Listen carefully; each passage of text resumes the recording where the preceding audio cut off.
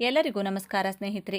ನಿಮ್ಮ ಮನೆಯ ಮುಂದೆ ಇರುವ ಒಂದು ಸಣ್ಣ ತುಳಸಿ ಗಿಡ ನಿಮ್ಮ ಜೀವನದ ಅದೃಷ್ಟವನ್ನೇ ಬದಲಾಯಿಸುವ ಶಕ್ತಿ ಹೊಂದಿದೆ ಅಂದರೆ ನೀವು ನಂಬ್ತೀರಾ? ಯಾಕೆ ಪ್ರತಿಯೊಂದು ಹಿಂದೂ ಮನೆಯಲ್ಲೂ ತುಳಸಿಯನ್ನು ದೇವಿಯಂತೆ ಪೂಜಿಸ್ತಾರೆ? ಏಕೆ ಶ್ರೀ ಮಹಾವಿಷ್ಣುವಿಗೆ ತುಳಸಿ ಇಲ್ಲದೆ ಪೂಜೆ ಸಂಪೂರ್ಣವಾಗುವುದಿಲ್ಲ?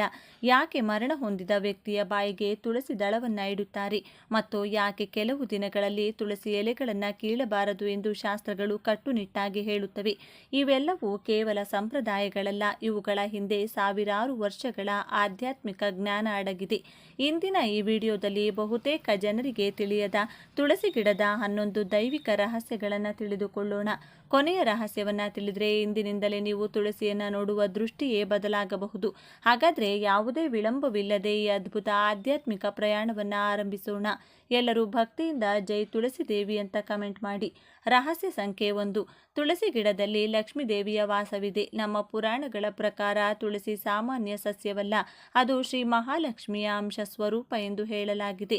ಪದ್ಮಪುರಾಣ, ಸ್ಕಂದ ಪುರಾಣಗಳಲ್ಲಿ ತುಳಸಿಯನ್ನ ವೃಂದಾದೇವಿ ಎಂದು ಕರೆಯಲಾಗಿದೆ. ವೃಂದಾದೇವಿಯೇ ನಂತರ ತುಳಸಿ ರೂಪದಲ್ಲಿ ಭೂಮಿಗೆ ಬಂದಳು ಎಂದು ಪುರಾಣಗಳಲ್ಲಿ ಉಲ್ಲೇಖವಿದೆ. ಒಮ್ಮೆ ಜಲಂಧರ ಎಂಬ ರಾಕ್ಷಸನ ಪತ್ನಿಯಾಗಿದ್ದ ವೃಂದಾದೇವಿ ತನ್ನ ಪತಿವ್ರತ ಶಕ್ತಿಯಿಂದ ದೇವತೆಗಳಿಗೂ ಅಜೇಯಳಾಗಿದ್ದಳು. ಆಕೆಯ ಭಕ್ತಿಯನ್ನು ಮೆಚ್ಚಿದ ಶ್ರೀ ಮಹಾವಿಷ್ಣು ಆಕೆಗೆ ನೀನು ಭೂಮಿಯಲ್ಲಿ ತುಳಸಿ ರೂಪದಲ್ಲಿ ಸದಾಕಾಲ ಪೂಜಿಸಲ್ಪಡುವೆ ಎಂದು ವರ ನೀಡಿದರು. ಆ ದಿನದಿಂದ ತುಳಸಿ ಕೇವಲ ಗಿಡವಲ್ಲ, ಅದು ದೇವಿಯ ಸ್ವರೂಪವಾಗಿದೆ.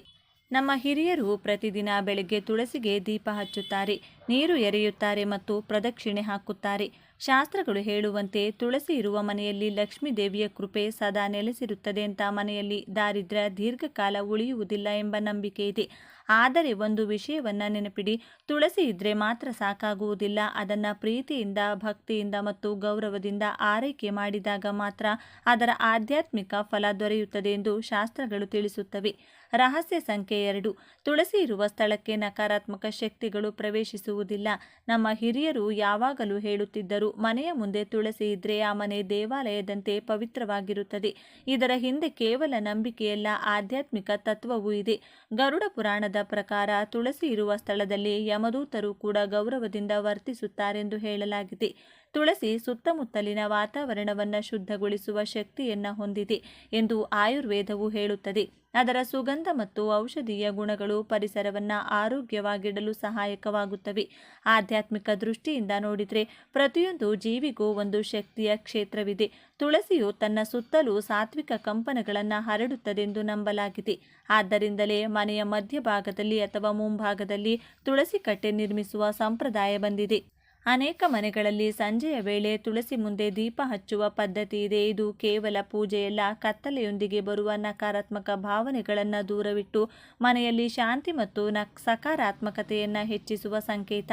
ನಾವು ಪ್ರತಿದಿನ ತುಳಸಿಯ ಮುಂದೆ ಕೆಲವು ಕ್ಷಣ ಧ್ಯಾನ ಮಾಡಿದರೆ ಮನಸ್ಸಿಗೂ ಶಾಂತಿ ದೊರೆಯುತ್ತದೆಂದು ಅನೇಕ ಆಧ್ಯಾತ್ಮಿಕ ಗುರುಗಳು ಹೇಳುತ್ತಾರೆ. ರಹಸ್ಯ ಸಂಖ್ಯೆ 3. ಶ್ರೀ ಮಹಾವಿಷ್ಣುವಿನ ಪೂಜೆ ತುಳಸಿ ಇಲ್ಲದೆ ಅಪೂರ್ಣ. ನೀವು ಎಂದಾದರೂ ಗಮನಿಸಿದ್ದೀರಾ? ಯಾವುದೇ ವಿಷ್ಣು ದೇವಾಲಯದಲ್ಲಿ ಅಥವಾ ಶ್ರೀಕೃಷ್ಣನ ಪೂಜೆಯಲ್ಲಿ ತುಳಸಿ ದಳಕ್ಕೆ ವಿಶೇಷ ಸ್ಥಾನವಿರುತ್ತದೆ.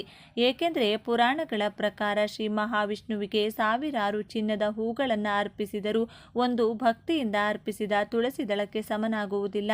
ಒಂದು ಪ್ರಸಿದ್ಧ ಕಥೆ ಇದೆ. ಒಮ್ಮೆ ಸತ್ಯಭಾಮಿ ಶ್ರೀಕೃಷ್ಣನನ್ನ ಚಿನ್ನದಿಂದ ತೂಗಲು ಪ್ರಯತ್ನಿಸಿದಳು. ಎಷ್ಟೇ ಚಿನ್ನವನ್ನು ಇಟ್ಟರೂ ತಕ್ಕಡಿ ಸಮತೋಲನವಾಗಲಿಲ್ಲ. ಹಾಗೆ ರುಕ್ಮಿಣಿ ದೇವಿಯವರು ಅಪಾರ ಭಕ್ತಿಯಿಂದ ಕೇವಲ ಒಂದು ತುಳಸಿ ದಳವನ್ನು ಶ್ರೀಕೃಷ್ಣನ ಪಾದದ ಹತ್ತಿರ ಅರ್ಪಿಸಿದರು. ಆ ಕ್ಷಣವೇ ತಕ್ಕಡಿ ಸಮತೋಲನಗೊಂಡಿತು. ಈ ಕಥೆಯು ನಮಗೆ ಒಂದು ಮಹತ್ವದ ಪಾಠವನ್ನು ಹೇಳುತ್ತದೆ. ದೇವರಿಗೆ ಬೇಕಾಗಿರುವುದು ಐಶ್ವರ್ಯವಲ್ಲ, ನಿಜವಾದ ಭಕ್ತಿ. ತುಳಸಿ ದಳವು ಆ ಭಕ್ತಿಯ ಸಂಕೇತವಾಗಿದೆ. ಆದ್ದರಿಂದಲೇ ವಿಷ್ಣು ಸಹಸ್ರನಾಮ ಪಾರಾಯಣ, ಶ್ರೀಮನ್ನಾರಾಯಣ ಪೂಜೆ, ಸತ್ಯನಾರಾಯಣ ವ್ರತ, ಕೃಷ್ಣ ಪೂಜೆ ಯಾವುದೇ ಆಗಿರಲಿ, ತುಳಸಿ ದಳಕ್ಕೆ ಅತ್ಯಂತ ಮಹತ್ವ ನೀಡಲಾಗಿದೆ. ಶಾಸ್ತ್ರಗಳು ಹೇಳುವಂತೆ ಭಕ್ತಿಯಿಂದ ಅರ್ಪಿಸಿದ ಒಂದು ತುಳಸಿ ದಳವು ಸಾವಿರಾರು ಯಜ್ಞಗಳ ಫಲವನ್ನು ನೀಡುತ್ತದೆ ಎಂಬ ನಂಬಿಕೆ ಇದೆ. ರಹಸ್ಯ ಸಂಖ್ಯೆ 4. ಸಂಜೆಯ ನಂತರ ತುಳಸಿ ಎಲೆಗಳನ್ನು ಕೀಳಬಾರದು. ಅದರ ಹಿಂದಿರುವ ದೈವಿಕ ಕಾರಣವನ್ನು ವಿವರಿಸಲಾಗಿದೆ. ನಮ್ಮ ಅಜ್ಜ ಅಜ್ಜಿ ಹಿರಿಯರು ಯಾವಾಗಲೂ ಒಂದು ಮಾತನ್ನ ಹೇಳ್ತಿದ್ರು, ಸಂಜೆ ಆದ ಮೇಲೆ ತುಳಸಿ ಎಲೆಗಳನ್ನು ಕೀಳಬೇಡ. ಇದನ್ನು ಹಲವರು ಕೇವಲ ಮೂಢನಂಬಿಕೆ ಎಂದು ಭಾವಿಸುತ್ತಾರೆ. ಆದರೆ ಶಾಸ್ತ್ರಗಳಲ್ಲಿ ಇದಕ್ಕೆ ಆಧ್ಯಾತ್ಮಿಕ ಕಾರಣವನ್ನು ವಿವರಿಸಲಾಗಿದೆ. ಪುರಾಣಗಳ ಪ್ರಕಾರ ಸೂರ್ಯಾಸ್ತದ ನಂತರ ತುಳಸಿ ದೇವಿಯು ವಿಶ್ರಾಂತಿ ಪಡೆಯುವ ಸಮಯವೆಂದು ಪರಿಗಣಿಸಲಾಗಿದೆ. ಆ ಸಮಯದಲ್ಲಿ ತುಳಸಿಯನ್ನು ಸ್ಪರ್ಶಿಸುವುದು ಅಥವಾ ಎಲೆಗಳನ್ನು ಕೀಳುವುದು ದೇವಿಯ ವಿಶ್ರಾಂತಿಗೆ ಭಂಗ ಉಂಟುಮಾಡಿದಂತಾಗುತ್ತದೆ ಎಂಬ ನಂಬಿಕೆ ಇದೆ. ಅದಕ್ಕಾಗಿಯೇ ಬೆಳಗಿನ ಸಮಯದಲ್ಲೇ ತುಳಸಿನ ದಳವನ್ನು ಭಕ್ತಿಯಿಂದ ಕೀಳಬೇಕು ಎಂದು ಶಾಸ್ತ್ರಗಳು ಸೂಚಿಸುತ್ತವೆ. ಇದರ ಹಿಂದೆ ಮತ್ತೊಂದು ಆಳವಾದ ಸಂದೇಶವೂ ಇದೆ. ನಮ್ಮ ಜೀವನದಲ್ಲಿ ಪ್ರತಿಯೊಂದಕ್ಕೂ ಒಂದು ಸಮಯವಿದೆ. ಪ್ರಕೃತಿಯ ನಿಯಮವನ್ನು ಗೌರವಿಸುವುದು ಧರ್ಮದ ಒಂದು ಭಾಗವಾಗಿದೆ.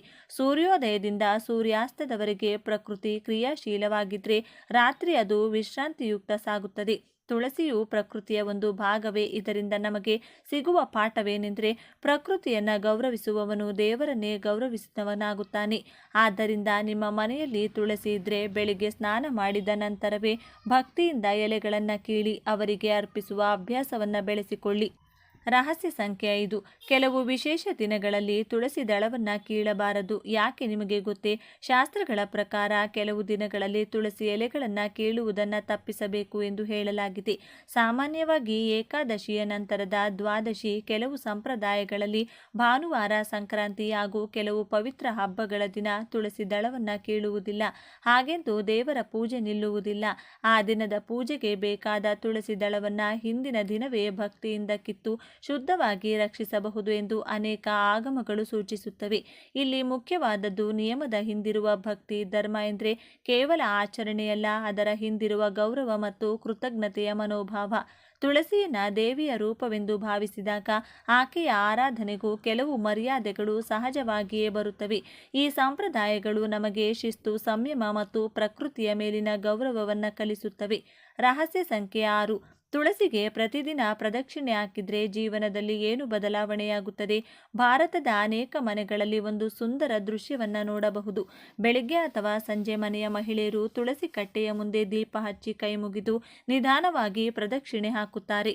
ಇದು ಕೇವಲ ಸಂಪ್ರದಾಯವಲ್ಲ. ಶಾಸ್ತ್ರಗಳ ಪ್ರಕಾರ ತುಳಸಿಗೆ ಭಕ್ತಿಯಿಂದ ಪ್ರದಕ್ಷಿಣೆ ಹಾಕುವುದು ಮನಸ್ಸನ್ನು ದೇವರ ಕಡೆಗೆ ಕೇಂದ್ರೀಕರಿಸುವ ಒಂದು ಸಾಧನೆ. ಪ್ರತಿ ಪ್ರದಕ್ಷಿಣೆಯೊಂದಿಗೆ ವ್ಯಕ್ತಿಯ ಅಹಂಕಾರ ಕಡಿಮೆಯಾಗುತ್ತದೆ, ವಿನಯ ಬೆಳೆಯುತ್ತದೆ ಮತ್ತು ಮನಸ್ಸಿನಲ್ಲಿ ಸಾತ್ವಿಕ ಭಾವನೆಗಳು ಹೆಚ್ಚಾಗುತ್ತವೆ ಎಂದು ನಂಬಲಾಗಿದೆ. ಕೆಲವು ಪುರಾಣಗಳಲ್ಲಿ ತುಳಸಿಗೆ 11 ಅಥವಾ 21 ಪ್ರದಕ್ಷಿಣೆ ಹಾಕಿ ಶ್ರೀಹರಿಯನ್ನು ಸ್ಮರಿಸಿದರೆ ಪುಣ್ಯ ಲಭಿಸುತ್ತದೆ ಎಂದು ಉಲ್ಲೇಖಿಸಲಾಗಿದೆ. ಆದರೆ ಇಲ್ಲಿ ಒಂದು ವಿಷಯವನ್ನು ನೆನಪಿಡಿ, ಪ್ರದಕ್ಷಿಣೆಗಳ ಸಂಖ್ಯೆಯೇ ಮುಖ್ಯವಲ್ಲ, ಭಕ್ತಿ ಮುಖ್ಯ. ಮನಸ್ಸು ಬೇರೆಡೆ ಇದ್ದು 100 ಪ್ರದಕ್ಷಿಣೆ ಹಾಕುವುದಕ್ಕಿಂತ ಸಂಪೂರ್ಣ ಭಕ್ತಿಯಿಂದ ಒಂದು ಪ್ರದಕ್ಷಿಣೆ ಹಾಕಿದರೂ ಅದು ಹೆಚ್ಚು ಫಲಕಾರಿಯಾಗಿದೆ ಎಂಬ ಸಂದೇಶವನ್ನು ನಮ್ಮ ಋಷಿಗಳು ನೀಡಿದ್ದಾರೆ.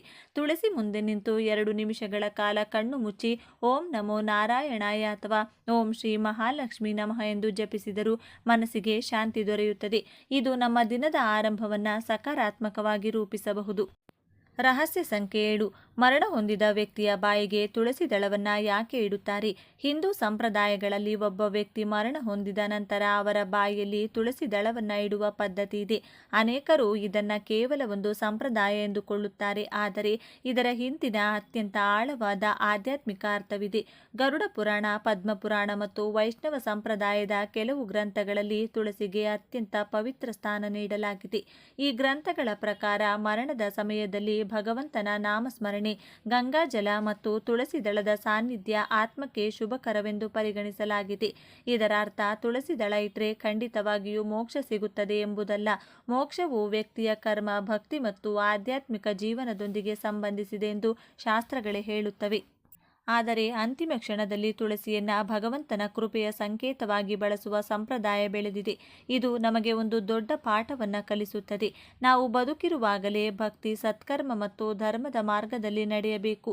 ಕೊನೆಯ ಕ್ಷಣದಲ್ಲಿ ಮಾಡಿದ ಒಂದು ಆಚರಣೆಗಿಂತ ಇಡೀ ಜೀವನದ ಸತ್ಕರ್ಮವೇ ಹೆಚ್ಚು ಮಹತ್ವದ್ದಾಗಿದೆ. ಆದ್ದರಿಂದಲೇ ತುಳಸಿ ನಮಗೆ ಪ್ರತಿದಿನವೂ ದೇವರನ್ನು ನೆನಪಿಸುವ ಒಂದು ದೈವಿಕ ಸಂಕೇತ.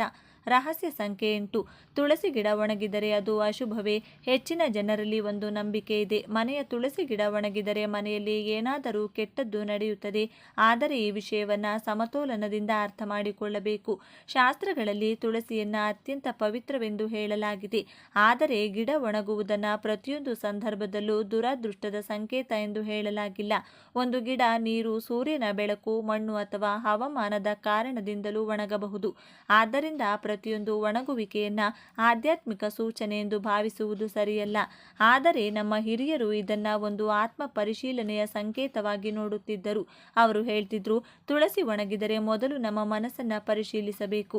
ಮನೆಯಲ್ಲಿ ಭಕ್ತಿ ಕಡಿಮೆಯಾಯಿತೆ, ಜಗಳಗಳು ಹೆಚ್ಚಾಗಿವೆಯೇ, ಪೂಜೆ, ಪ್ರಾರ್ಥನೆ ಮತ್ತು ಸಕಾರಾತ್ಮಕ ವಾತಾವರಣ ಕಡಿಮೆಯಾಯಿತು. ಈ ರೀತಿಯ ಆತ್ಮಾವಲೋಕನವೇ ಮುಖ್ಯ.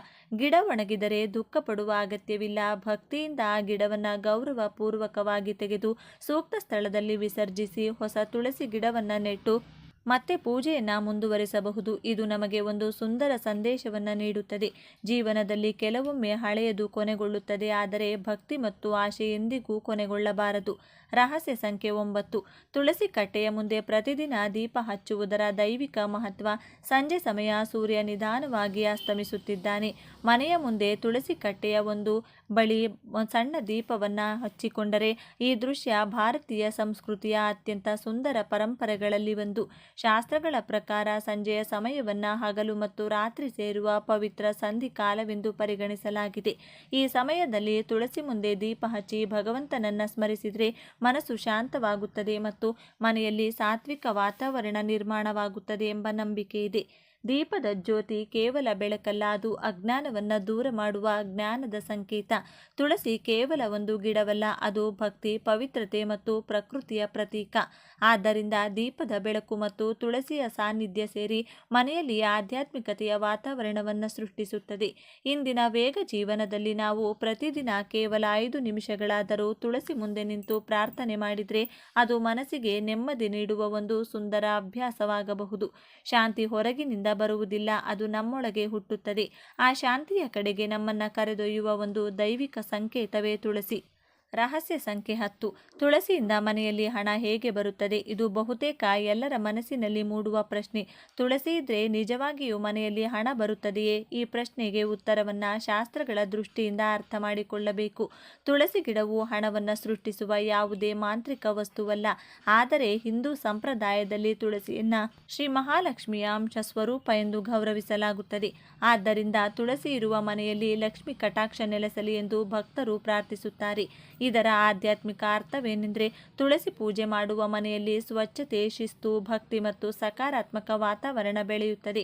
ಇಂತಹ ಗುಣಗಳು ಕುಟುಂಬದಲ್ಲಿ ಏಕತೆ, ಉತ್ತಮ ನಿರ್ಣಯಗಳು ಮತ್ತು ಪರಿಶ್ರಮದ ಮನೋಭಾವನೆಗಳನ್ನು ಬೆಳೆಸುತ್ತವೆ. ಇವುಗಳು ಜೀವನದಲ್ಲಿ ಆರ್ಥಿಕ ಪ್ರಗತಿಗೆ ಸಹಕಾರಿಯಾಗಬಹುದು. ನಮ್ಮ ಹಿರಿಯರು ಒಂದು ಮಾತನ್ನ ಹೇಳ್ತಿದ್ರು, ಲಕ್ಷ್ಮೀದೇವಿ ಸ್ವಚ್ಛತೆ, ಸಾತ್ವಿಕತೆ ಮತ್ತು ಭಕ್ತಿ ಇರುವ ಮನೆಯಲ್ಲಿ ಸಂತೋಷದಿಂದ ನೆಲೆಸುತ್ತಾಳೆ. ತುಳಸಿ ಪೂಜೆಯು ಈ 3 ಗುಣಗಳನ್ನು ಪ್ರತಿದಿನ ನೆನಪಿಸುತ್ತದೆ. ಆದರೆ ಇಲ್ಲಿ ಒಂದು ಸತ್ಯವನ್ನ ಎಂದಿಗೂ ಮರೆಯಬಾರದು. ಕೇವಲ ತುಳಸಿ ಪೂಜೆ ಮಾಡಿದರೆ ಹಣ ಸುರಿಯುವುದಿಲ್ಲ. ಶಾಸ್ತ್ರಗಳು ಸಹ ಪರಿಶ್ರಮ, ಪ್ರಾಮಾಣಿಕತೆ, ಧರ್ಮ ಮತ್ತು ಸತ್ಕರ್ಮಗಳ ಜೊತೆಗೆ ದೇವರ ಅನುಗ್ರಹ ಇರಬೇಕು ಎಂದು ಹೇಳುತ್ತವೆ. ನೀವು ದುಡಿಯದೆ, ಜವಾಬ್ದಾರಿಯಿಂದ ಬದುಕದೆ ಕೇವಲ ತುಳಸಿ ಪೂಜೆ ಮಾಡಿದರೆ ಐಶ್ವರ್ಯ ಬರುತ್ತದೆ ಎಂದು ನಿರೀಕ್ಷಿಸುವುದು ಸರಿಯಲ್ಲ. ಭಗವಂತನು ಅವಕಾಶಗಳನ್ನು ಕೊಡುತ್ತಾನೆ, ಆದರೆ ಆ ಅವಕಾಶವನ್ನು ಯಶಸ್ಸಾಗಿ ಪರಿವರ್ತಿಸುವುದು ನಮ್ಮ ಪರಿಶ್ರಮ. ಆದ್ದರಿಂದ ಪ್ರತಿದಿನ ಬೆಳಗ್ಗೆ ತುಳಸಿಗೆ ನೀರು ಅರ್ಪಿಸಿ, ಸಂಜೆ ದೀಪ ಹಚ್ಚಿ ಶ್ರೀ ಮಹಾವಿಷ್ಣು ಮತ್ತು ಮಹಾಲಕ್ಷ್ಮಿಯನ್ನ ಭಕ್ತಿಯಿಂದ ಸ್ಮರಿಸಿ, ಅದರ ಜೊತೆಗೆ ಪ್ರಾಮಾಣಿಕವಾಗಿ ದುಡಿಯಿರಿ. ಧರ್ಮದ ಮಾರ್ಗದಲ್ಲಿ ನಡೆಯಿರಿ ಮತ್ತು ಆದಾಯದ ಒಂದು ಭಾಗವನ್ನು ದಾನ ಧರ್ಮಕ್ಕೆ ಬಳಸಿರಿ. ಅಂತಹ ಜೀವನದಲ್ಲಿ ಹಣದ ಜೊತೆ ಮನಃಶಾಂತಿ, ಆರೋಗ್ಯ ಮತ್ತು ಸಂತೋಷವು ಹೆಚ್ಚಾಗುತ್ತದೆ. ಇವು ಕೆಲವು ಆಚರಣೆಗಳಲ್ಲ, ನಮ್ಮ ಪೂರ್ವಜರು ಸಾವಿರಾರು ವರ್ಷಗಳಿಂದ ಅನುಸರಿಸಿಕೊಂಡು ಬಂದ ಆಧ್ಯಾತ್ಮಿಕ ಜೀವನ ಶೈಲಿಯ ಭಾಗಗಳಾಗಿವೆ. ತುಳಸಿ ನಮಗೆ ಕಲಿಸುವುದು ಕೇವಲ ಪೂಜೆಯಲ್ಲ, ಅದು ಭಕ್ತಿ, ಶುದ್ಧತೆ, ಸಂಯಮ, ಪ್ರಕೃತಿಯ ಮೇಲಿನ ಗೌರವ ಮತ್ತು ಧರ್ಮಮಯ ಜೀವನದ ಪಾಠವನ್ನು ಕಲಿಸುತ್ತದೆ. ನಿಮ್ಮ ಮನೆಯಲ್ಲಿ ತುಳಸಿ ಇದ್ದರೆ ಅದನ್ನು ಕೇವಲ ಒಂದು ಗಿಡವೆಂದು ನೋಡಬೇಡಿ, ಪ್ರೀತಿಯಿಂದ ಹಾರೈಕೆ ಮಾಡಿ. ಪ್ರತಿದಿನ ಕೆಲವು ಕ್ಷಣ ಅದರ ಮುಂದೆ ಪ್ರಾರ್ಥನೆ ಮಾಡಿ ಮತ್ತು ಜೀವನದಲ್ಲಿ ಸಕಾರಾತ್ಮಕ ಬದಲಾವಣೆಗಳನ್ನು ತರಲು ಪ್ರಯತ್ನಿಸಿ. ನೆನಪಿಡಿ, ದೇವರ ಅನುಗ್ರಹವು ಪರಿಶ್ರಮ ಮಾಡುವವರ ಮೇಲೆ, ಸತ್ಯದ ಮಾರ್ಗದಲ್ಲಿ ನಡೆಯುವವರ ಮೇಲೆ ಮತ್ತು ಭಕ್ತಿಯಿಂದ ಬದುಕುವವರ ಮೇಲೆ ಸದಾ ಇರುತ್ತದೆ. ಈ ವಿಡಿಯೋ ನಿಮಗೆ ಇಷ್ಟವಾದರೆ ಲೈಕ್ ಮಾಡಿ, ನಿಮ್ಮ ಕುಟುಂಬ ಮತ್ತು ಸ್ನೇಹಿತರೊಂದಿಗೆ ಶೇರ್ ಮಾಡಿ. ಇಂಥ ಇನ್ನಷ್ಟು ಆಧ್ಯಾತ್ಮಿಕ ಹಾಗೂ ಸನಾತನ ಧರ್ಮದ ರಹಸ್ಯಗಳನ್ನು ತಿಳಿಯಲು ನಮ್ಮ ಚಾನೆಲ್ನ ಸಬ್ಸ್ಕ್ರೈಬ್ ಮಾಡಿ. ಕೇವಲ ಒಂದು ಎಲೆಯಲ್ಲಿ ನೂರಾರು ರೋಗಗಳನ್ನು ಓಡಿಸುವಂತಹ ಶಕ್ತಿ ಇದೆ ಎಂದರೆ ತಾವು ನಂಬಲೇಬೇಕು. ಮನೆಯ ಒಂದು ಕುಂಡದಲ್ಲಿ ಸುಲಭವಾಗಿ ಬೆಳೆಯಬಲ್ಲಂತಹ ಈ ಗಿಡದ ಕೇವಲ ಒಂದೇ ಒಂದು ಎಲೆಯನ್ನು ಜಗಿದ್ರೆ ಸಾಕು, ಎಷ್ಟೇ ಹಳೆಯ ಕೆಮ್ಮಿರಲಿ ಶೀತವಿರಲಿ ಮಾಯವಾಗಿ ಬಿಡುತ್ತೆ. ಅಷ್ಟೇ ಅಲ್ಲ, ಈ ಗಿಡ ಮನೆಯಲ್ಲಿದ್ದರೆ ಮನೆಯಲ್ಲಿ ಧನಾತ್ಮಕ ಶಕ್ತಿ ತುಂಬಿರುತ್ತದೆ ಅನ್ನೋದು ಶಾಸ್ತ್ರಗಳ ನಂಬಿಕೆನ ನಾವಿಂದು ಹೇಳಲು ಹೊರಟಿರುವುದು. ಮನೆ ಮದ್ದಿನ ಮಹಾರಾಣಿ ಎಂದೇ ಕರೆಯಬಹುದಾದ ಹಾಗೂ ಆಯುರ್ವೇದದಲ್ಲಿ ಅಮೃತಕ್ಕೆ ಸಮಾನ ಎಂದು ಕರೆಸಿಕೊಳ್ಳುವ ಔಷಧೀಯ ಗುಣಗಳ ಗಣಿಯಾದ ದೊಡ್ಡಪತ್ರೆಯ ಬಗ್ಗೆ. ದೊಡ್ಡಪತ್ರೆಯ ಮಹತ್ವ. ಪ್ರಕೃತಿಯು ಮಾನವ ಕುಲಕ್ಕೆ ನೀಡಿರುವ ಅಸಂಖ್ಯಾತ ಕೊಡುಗೆಗಳಲ್ಲಿ ಗಿಡಮೂಲಿಕೆಗಳು ಸಹ ಪ್ರಮುಖವಾದದ್ದಾಗಿವೆ. ಅಂತಹ ಅತ್ಯಮೂಲ್ಯ ಗಿಡಮೂಲಿಕೆಗಳಲ್ಲಿ ಅತಿ ಸರಳವಾಗಿ ಬೆಳೆಯುವಂಥ ಅತಿ ಹೆಚ್ಚಿನ ಔಷಧೀಯ ಗುಣಗಳನ್ನು ಹೊಂದಿರುವ ಸಸ್ಯವೆಂದರೆ ಅದು ದೊಡ್ಡಪತ್ರೆ. ಆಯುರ್ವೇದದಲ್ಲಿ ದೊಡ್ಡಪತ್ರೆಗೆ ಪರಿಣಯವಾಗಿ ಎಂದು ಕರೆಯಲಾಗುತ್ತದೆ. ಆಂಗ್ಲ ಭಾಷೆಯಲ್ಲಿ ಮೆಕ್ಸಿಕನ್ ಮಿಂಟ್ ಎಂದು ಸಹ ಕರೆಯಲಾಗುತ್ತದೆ. ಈ ಗಿಡದ ಎಲೆಗಳು ತುಂಬ ದಪ್ಪವಾಗಿದ್ದು ಅವುಗಳಲ್ಲಿ ನೀರನ್ನು ಸಂಗ್ರಹಿಸಿಟ್ಟುಕೊಳ್ಳುವಂತಹ ಶಕ್ತಿ ಇರುತ್ತದೆ. ಹಾಗಾಗಿಯೇ ಈ ಗಿಡಕ್ಕೆ ಹಲವು ದಿನಗಳ ಕಾಲ ನೀರನ್ನು ಹಾಕದಿದ್ದರೂ ಸಹ ಇವು ಬಾಡಿ ಹೋಗುವುದಿಲ್ಲ. ತನ್ನಲ್ಲಿರುವಂತಹ ಜಲಸಂಪನ್ಮೂಲವನ್ನೇ ಬಳಕೆ ಮಾಡಿಕೊಂಡು ಬದುಕುವಂತಹ ಹಠವಾದಿ ಗಿಡವಿದು. ಅಷ್ಟೇ ಅಲ್ಲದೆ ದೊಡ್ಡಪತ್ರೆಯ ಕಾಂಡದ ತುಂಡನ್ನು ಕಿತ್ತು ಮಣ್ಣಿನಲ್ಲಿಟ್ಟರೆ ಸಾಕು, ಆ ಕಾಂಡದಿಂದಲೇ ಒಂದು ಹೊಸ ದೊಡ್ಡಪತ್ರೆಯ ಗಿಡ ಚಿಗುರೊಡೆಯುತ್ತದೆ. ಇದಕ್ಕೆ ಗೊಬ್ಬರದ ಅವಶ್ಯಕತೆಯೂ ಸಹ ಇರುವುದಿಲ್ಲ. ಆದ್ದರಿಂದಲೇ ಮನೆಯ ಬಾಲ್ಕನಿ ಅಥವಾ ಟೆರೆಸ್ಗಳಲ್ಲಿ, ಕುಂಡಗಳಲ್ಲಿಯೂ ಸಹ ದೊಡ್ಡಪತ್ರೆಯನ್ನು ಸುಲಭವಾಗಿ ಬೆಳೆಸಬಹುದು. ಮನೆಯಂಗಳದಲ್ಲಿ ದೊಡ್ಡ ದೊಡ್ಡ ಪತ್ರೆಯನ್ನು ಏಕೆ ನೆಡಬೇಕು? ದೊಡ್ಡ ಪತ್ರೆಯನ್ನು ಮನೆಯಂಗಳದಲ್ಲಿ ನೆಡುವುದರಿಂದ ಅನೇಕ ಲಾಭಗಳಿವೆ. ಈ ಗಿಡವು ಮನೆಯಲ್ಲಿದ್ದರೆ ಧನಾತ್ಮಕ ಶಕ್ತಿ ವೃದ್ಧಿಯಾಗುತ್ತದೆ. ಇದೇ ಕಾರಣದಿಂದ ತುಳಸಿಯಂತೆಯೇ ದೊಡ್ಡಪತ್ರೆಯ ಗಿಡವನ್ನು ಸಹ ಬಹಳ ಪವಿತ್ರವೆಂದು ಭಾವಿಸಿ ಅನೇಕರು ಮನೆಯಂಗಳದಲ್ಲಿ ಶ್ರದ್ಧೆಯಿಂದ ಬೆಳೆಸುತ್ತಾರೆ. ದೊಡ್ಡಪತ್ರೆಯ ಗಿಡವು ಗಾಳಿಯನ್ನು ಶುದ್ಧೀಕರಿಸುವಂಥ ಅತ್ಯದ್ಭುತ ಶಕ್ತಿಯನ್ನು ಹೊಂದಿದೆ. ದೊಡ್ಡಪತ್ರೆಯ ಗಿಡವನ್ನು ಮನೆಯಂಗಳದಲ್ಲಿ ನೆಡುವುದರಿಂದ ನಾವು ಉಸಿರಾಡುವಂತಹ ಗಾಳಿ ಹೆಚ್ಚು ಶುದ್ಧವಾಗುತ್ತದೆ.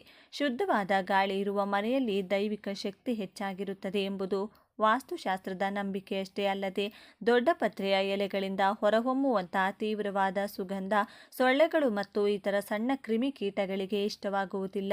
ಮನೆಯ ಮುಂದೆ ಈ ಗಿಡವನ್ನು ನೆಟ್ಟರೆ ಸೊಳ್ಳೆಗಳು ಆ ಮನೆಯೊಳಗೆ ಪ್ರವೇಶ ಮಾಡುವುದಿಲ್ಲ. ದೊಡ್ಡಪತ್ರೆ ಎಲೆಯನ್ನು ಕಿತ್ತು ಕೈಗೆ ಉಜ್ಜಿಕೊಂಡ್ರೆ ಸಾಕು, ಆ ವಾಸನೆಗೆ ಸೊಳ್ಳೆಗಳು ನಮ್ಮ ಹತ್ತಿರಕ್ಕೂ ಸುಳಿಯುವುದಿಲ್ಲ. ಆದ್ದರಿಂದ ದೊಡ್ಡಪತ್ರೆ ನೈಸರ್ಗಿಕ ಸೊಳ್ಳೆ ನಿವಾರಕ. ದೊಡ್ಡಪತ್ರೆಯನ್ನು ಕರ್ಪೂರದವಲ್ಲಿ ಎಂದು ಸಹ ಕರೆಯಲಾಗುತ್ತದೆ. ಈ ಗಿಡದ ಎಲೆಯನ್ನು ಜಜ್ಜಿದಾಗ ಕರ್ಪೂರದಂತಹ ತೀವ್ರ ಮತ್ತು ಹಿತವಾದ ಸುಗಂಧ ಬರುವುದರಿಂದಲೇ ಈ ಗಿಡಕ್ಕೆ ಕರ್ಪೂರವಲ್ಲಿ ಎಂಬ ಅರ್ಥಪೂರ್ಣ ಹೆಸರು ಬಂದಿದೆ. ಪೂಜಾ ಕೋಣೆಯಲ್ಲಿ ಈ ಗಿಡದ ಒಂದು ಎಲೆಯನ್ನು ಇಟ್ಟರೆ ಕರ್ಪೂರವನ್ನು ಹಚ್ಚಿದಷ್ಟೇ ಪವಿತ್ರವಾದ ವಾತಾವರಣ ನಿರ್ಮಾಣವಾಗುತ್ತದೆ. ಇದರ ಕರ್ಪೂರದಂತಹ ಸುಗಂಧ ಮನೆಯ ವಾತಾವರಣವನ್ನು ಪ್ರಸನ್ನವಾಗಿರಿಸುತ್ತದೆ ಹಾಗೂ ಮನೆಯ ಸದಸ್ಯರ ಮನಸ್ಸಿನ ಒತ್ತಡವನ್ನು ಕಡಿಮೆ ಮಾಡಲು ಸಹಾಯ ಮಾಡುತ್ತದೆ. ದೊಡ್ಡಪತ್ರೆ ಅದ್ಭುತವಾದ ರುಚಿ ನೀಡುವ ಸೊಪ್ಪು ಸಹ ಹೌದು. ಮನೆಗೆ ದಿಢೀರಾಗಿ ಯಾರಾದರೂ ಅತಿಥಿಗಳು ಬಂದಲ್ಲಿ ಮನೆಯಂಗಳದಲ್ಲಿಯೇ ಬೆಳೆದ ದೊಡ್ಡಪತ್ರೆಯಿಂದ ತ್ವರಿತವಾಗಿ ಆರೋಗ್ಯಕರ ತಂಬುಳಿಯನ್ನು ತಯಾರಿಸಬಹುದು. ಇದು ಆರೋಗ್ಯಕ್ಕೆ ತಂಪನ್ನು ನೀಡುತ್ತದೆ. ಇವೆಲ್ಲ ಕಾರಣಗಳಿಂದಲೇ ಮನೆಯಂಗಳದಲ್ಲಿ ಬೆಳೆಸಲೇಬೇಕಾಗಿರುವ ಗಿಡಗಳ ಪಟ್ಟಿಯಲ್ಲಿ ಮೊದಲ ಸ್ಥಾನ ದೊಡ್ಡಪತ್ರೆಗೆ ಸಲ್ಲುತ್ತದೆ. ದೊಡ್ಡಪತ್ರೆಯ ಆರೋಗ್ಯ ಲಾಭಗಳು. ದೊಡ್ಡಪತ್ರೆ 16 ಕಾಯಿಲೆಗಳಿಗೆ ಮನೆಮದ್ದಾಗಿ ಕೆಲಸ ಮಾಡುವಂಥ ಔಷಧೀಯ ಭಂಡಾರವಾಗಿದೆ. ದೊಡ್ಡಪತ್ರೆ ನೈಸರ್ಗಿಕ ಕಫ ನಿವಾರಕವಾಗಿದೆ. ಎದೆಯಲ್ಲಿ ಗಟ್ಟಿಯಾದ ಕಫವಿದ್ರೆ ದಿನಕ್ಕೆ 2 ಬಾರಿ ದೊಡ್ಡಪತ್ರೆ ಎಲೆಯನ್ನು ಜಗಿಯುವುದರಿಂದ ಕಫ ಕರಗಿ ಹೊರಗೆ ಬರುತ್ತದೆ. ಮಕ್ಕಳಿರುವ ಮನೆಗಳಿಗೆ ದೊಡ್ಡಪತ್ರೆ ಒಂದು ವರದಾನವೇ ಸರಿ. ಚಿಕ್ಕ ಮಕ್ಕಳಲ್ಲಿ ಕಂಡುಬರುವ ನೆಗಡಿ ಮತ್ತು ಕೆಮ್ಮಿಗೆ ದೊಡ್ಡಪತ್ರೆ ಒಂದು ಅತ್ಯುತ್ತಮ ಮನೆಮದ್ದು. 2 ಅಥವಾ 3 ತಾಜಾ ದೊಡ್ಡಪತ್ರೆಯ ಎಲೆಗಳನ್ನು ತಂದು ತೊಳೆದು ಬಾಣಲೆಯಲ್ಲಿ ಸ್ವಲ್ಪ ಬೆಚ್ಚಗೆ ಹುರಿದು ಅದರ ರಸವನ್ನು ತೆಗೆದುಕೊಳ್ಳಬೇಕು. ಆ ರಸಕ್ಕೆ ಸ್ವಲ್ಪ ಜೇನುತುಪ್ಪ ಅಥವಾ ಬೆಲ್ಲವನ್ನು ಸೇರಿಸಿ ಮಗುವಿಗೆ ದಿನಕ್ಕೆ 2 ಬಾರಿ ಕುಡಿಸುತ್ತಾ ಬರಬೇಕು. ಹೀಗೆ ಮಾಡುವುದರಿಂದ ಮಗುವಿನ ಕೆಮ್ಮು ಮತ್ತು ಗಂಟಲು ನೋವು ಕಡಿಮೆಯಾಗಿ ಬಿಡುತ್ತದೆ. ಇದು ಬಹಳ ಪ್ರಾಚೀನ ಕಾಲದಿಂದಲೂ ನಡೆದು ಬಂದಿರುವಂತಹ ಶ್ರೇಷ್ಠ ಮನೆಮದ್ದಾಗಿದೆ. ದೊಡ್ಡಪತ್ರೆ ಜೀರ್ಣಕ್ರಿಯೆಯ ವೃದ್ಧಿಗೆ ಸಹಕಾರಿಯಾಗುತ್ತದೆ. ಮಲೆಬದ್ಧತೆ ಮತ್ತು ಹೊಟ್ಟೆಯ ಉಬ್ಬರ ಇರುವಾಗ ದೊಡ್ಡಪತ್ರೆಯ ಎಲೆಯ ತಂಬುಳಿ ಅಥವಾ ಚಟ್ನಿಯನ್ನ ಮಾಡಿಕೊಂಡು ಸೇವಿಸಿದರೆ ಜೀರ್ಣಕ್ರಿಯೆ ಉತ್ತಮಗೊಳ್ಳುತ್ತದೆ. ಇದು ಹಸಿವನ್ನು ಹೆಚ್ಚಿಸಲು ಸಹ ಸಹಕಾರಿಯಾಗಿರುತ್ತದೆ. ಜೇನುನೊಣ ಅಥವಾ ಇತರ ಕೀಟಗಳು ಕಚ್ಚಿದಾಗ ದೊಡ್ಡಪತ್ರೆಯ ಎಲೆಯನ್ನ ಜಜ್ಜಿ ಆ ಭಾಗಕ್ಕೆ ಹಚ್ಚಿದರೆ ತುರಿಕೆ ಮತ್ತು ಬಾವು ಕಡಿಮೆಯಾಗುತ್ತದೆ. ಚರ್ಮದ ಮೇಲೆ ಕೆಂಪು ಗುಳ್ಳೆಗಳು ಅಥವಾ ಅಲರ್ಜಿ ಉಂಟಾದಾಗ ದೊಡ್ಡಪತ್ರೆಯ ರಸವನ್ನ ಲೇಪನ ಮಾಡಿದರೆ ಅಲರ್ಜಿ ಕಡಿಮೆಯಾಗುತ್ತದೆ. ಒಸಡಿನಲ್ಲಿ ರಕ್ತಸ್ರಾವ ಅಥವಾ ಹಲ್ಲು ನೋವಿದ್ರೆ ಈ ಎಲೆಯನ್ನ ಜಗಿಯುವುದು ಉತ್ತಮ ಉಪಶಮನ ನೀಡುತ್ತದೆ. ದೊಡ್ಡಪತ್ರೆ ನೈಸರ್ಗಿಕ ಮೌತ್ ಫ್ರೆಶರ್ ಆಗಿಯೂ ಸಹ ಕೆಲಸ ಮಾಡುತ್ತದೆ. ದೊಡ್ಡಪತ್ರೆ ಎಲೆಯನ್ನ ಜಗಿಯುವುದರಿಂದ ಬಾಯಿಯ ದುರ್ವಾಸನೆ ಕಡಿಮೆಯಾಗುತ್ತದೆ ಮತ್ತು ಬಾಯಿಯಲ್ಲಿನ ಬ್ಯಾಕ್ಟೀರಿಯಾಗಳಿಂದ ಉಪಶಮನ ದೊರೆಯುತ್ತದೆ.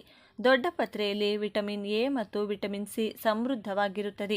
ದೇಹದ ರೋಗ ನಿರೋಧಕ ಶಕ್ತಿಯನ್ನು ಇವು ವೃದ್ಧಿ ಮಾಡುತ್ತವೆ.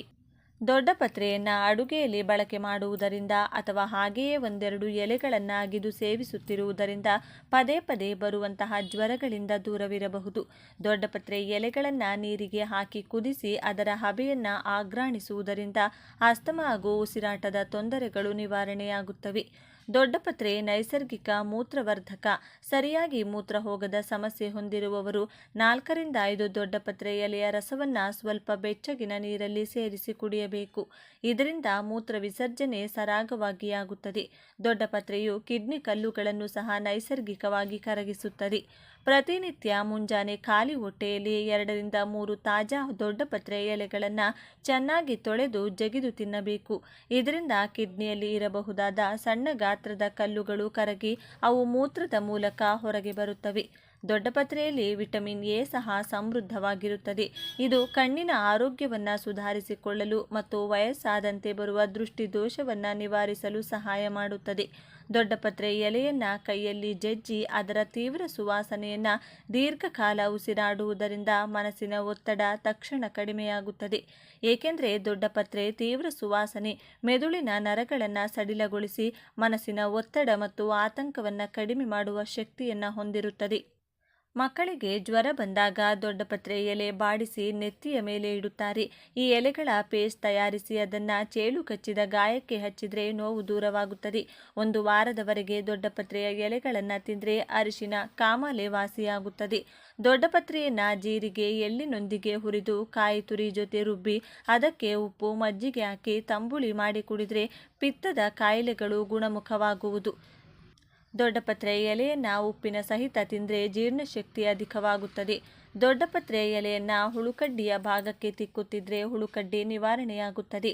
ದೊಡ್ಡಪತ್ರೆಯಲ್ಲಿ ವಿಟಮಿನ್ ಸಿ, ಫೈಬರ್ ಮತ್ತು ಕ್ಯಾಲ್ಸಿಯಂ ಗುಣ ಹೇರಳವಾಗಿದೆ. ಇದು ದೇಹದಲ್ಲಿ ರೋಗ ನಿರೋಧಕ ಶಕ್ತಿಯನ್ನು ಬಲಗೊಳಿಸಲು ಸಹಾಯ ಮಾಡುತ್ತದೆ. ದೊಡ್ಡಪತ್ರೆ ಸೊಪ್ಪನ್ನು ಚಟ್ನಿ, ತಂಬುಳಿ ಅಥವಾ ಕರಕಲಿ ಮಾಡುವ ಮೂಲಕ ಸೇವಿಸಬಹುದು. ಅಲ್ಲದೆ ದೋಸೆ ಮಾಡುವಾಗಲೂ ದೊಡ್ಡಪತ್ರೆ ಎಲೆಯನ್ನು ಬಳಸಬಹುದಾಗಿದೆ. ಇದು ಹೆಚ್ಚು ರುಚಿಯೊಂದಿಗೆ ಆರೋಗ್ಯವನ್ನು ವೃದ್ಧಿಸುತ್ತದೆ. ದೊಡ್ಡಪತ್ರೆಯ ಗಿಡದ ಎಲೆಯನ್ನು ತಂದು ಬಾಡಿಸಿ ರಸ ತೆಗೆದು ಜೇನುತುಪ್ಪ ಸೇರಿಸಿ ಕುಡಿದರೆ ಮಲಬದ್ಧತೆ ಸಮಸ್ಯೆ ನಿವಾರಣೆಯಾಗುತ್ತದೆ. ಅರಿಶಿನ ಕಾಮಾಲೆ ಇದ್ದವರಿಗೂ ಕೂಡ ದೊಡ್ಡಪತ್ರೆ ಸೊಪ್ಪು ಉತ್ತಮ ಮನೆಮದ್ದಾಗಿದೆ. ಈ ಎಲೆಯನ್ನು ಆಹಾರ ರೂಪದಲ್ಲಿ ಅಂದರೆ ಚಟ್ನಿ, ತಂಬುಳಿ ಮಾಡಿ ಸೇವಿಸಿದರೆ ಕೆಲವೇ ದಿನಗಳಲ್ಲಿ ಕಾಯಿಲೆ ಚೇತರಿಕೆಯನ್ನು ಕಾಣುತ್ತದೆ. ಕಂಬಳಿ ಹುಳ, ಇಸುಬು ಇಂತಹ ಕೀಟಗಳು ಕಚ್ಚಿದ್ರೆ ಸಹಿಸಲಾರದ ಉರಿ ಚರ್ಮಕ್ಕಾಗುತ್ತದೆ. ಇದನ್ನು ತಡೆಯಲು ಈ ದೊಡ್ಡಪತ್ರೆ ಸೊಪ್ಪು ಸಹಾಯಕವಾಗಿದೆ. ನಿದ್ರಾಹೀನತೆಯಿಂದ ಬಳಲುತ್ತಿರುವವರಿಗೂ ಸಹ ಇದು ಉತ್ತಮವಾದ ಮನೆಮದ್ದು. ಇಷ್ಟೆಲ್ಲ ಧಾರ್ಮಿಕ ಮತ್ತು ಆರೋಗ್ಯ ಲಾಭಗಳ ಕಾರಣದಿಂದಲೇ ದೊಡ್ಡಪತ್ರೆಯನ್ನು ಮನೆಯಂಗಳದ ಸಂಜೀವಿನಿ ಎಂದು ಕರೆಯಲಾಗುತ್ತದೆ. ಇದು ಪ್ರಕೃತಿ ನಮಗೆ ನೀಡಿರುವಂತಹ ಶೂನ್ಯ ಖರ್ಚಿನ ವೈದ್ಯ. ಆತ್ಮೀಯರೇ, ನಾವು ಯಾವುದೇ ಸ್ವಚಿಕಿತ್ಸಾ ಪದ್ಧತಿಯನ್ನು ಬೆಂಬಲಿಸುತ್ತಿಲ್ಲ.